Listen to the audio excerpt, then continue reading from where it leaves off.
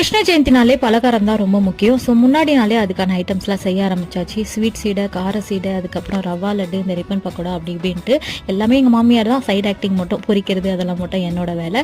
என்னோட மெயின் வேலை எதுன்னு பார்த்தீங்கன்னா அந்த குலோப் ஜாமுன் போடுறது தான். அதுவும் நல்லபடியாக போட்டாச்சு. அப்படியே ஜம்பிங் டு தான் கிருஷ்ண ஜெயந்தி நாள் அன்றைக்கி வந்து இந்த ஃபஸ்ட்டு பாதம் மட்டும் தான் எங்கள் ஜூனியர், மீதி எல்லாமே நான் தான் மாங்குன்னு வச்சேன். நல்லா கோஆப்ரேட் பண்ணுவான், வேலை ஈஸியாக முடியும் பார்த்தா பயபுள்ள சுத்தமாக சரின்னு நானே களத்தில் இறங்கிட்டேன். ஃபுல்லாக போட்டு முடிக்கிறதுக்குள்ளே பெண்டு நிமிந்துச்சு. அதை முடிச்சுட்டு அப்படியே வந்து ஷாப்பிங் வீட்டில் எல்லாமே ரெடி பண்ணியாச்சு. ஈவினிங் தான் ஷாப்பிங் போவோம். எதுக்காகன்னு பார்த்தீங்கன்னா எங்கள் வீட்டு குட்டி கிருஷ்ணரை வாங்குறதுக்காக தான். ஸோ அதை வந்து அப்படியே போயிட்டு பல கடைகள் ஆராய்ச்சி பண்ணி அப்படி இப்படின்னு தேடிட்டு ஃபைனலாக ஒரு கடையில் வந்து இது பண்ணி அழகாக அந்த குட்டி கிருஷ்ணரை தூக்கிட்டு வந்துட்டோம்.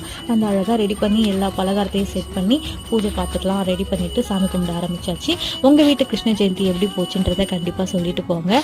இதில் பெஸ்ட்டு பார்ட்டே லாஸ்ட்டாக வந்து இந்த ஸ்வீட் பலகாரம்லாம் பக்கத்து வீட்டில் கொடுக்குறது தான். இதில் ஒஸ்ட்டு பார்ட்டே இதை மாதிரி படிக்கிட்டே போய் கொடுக்குறது தான்.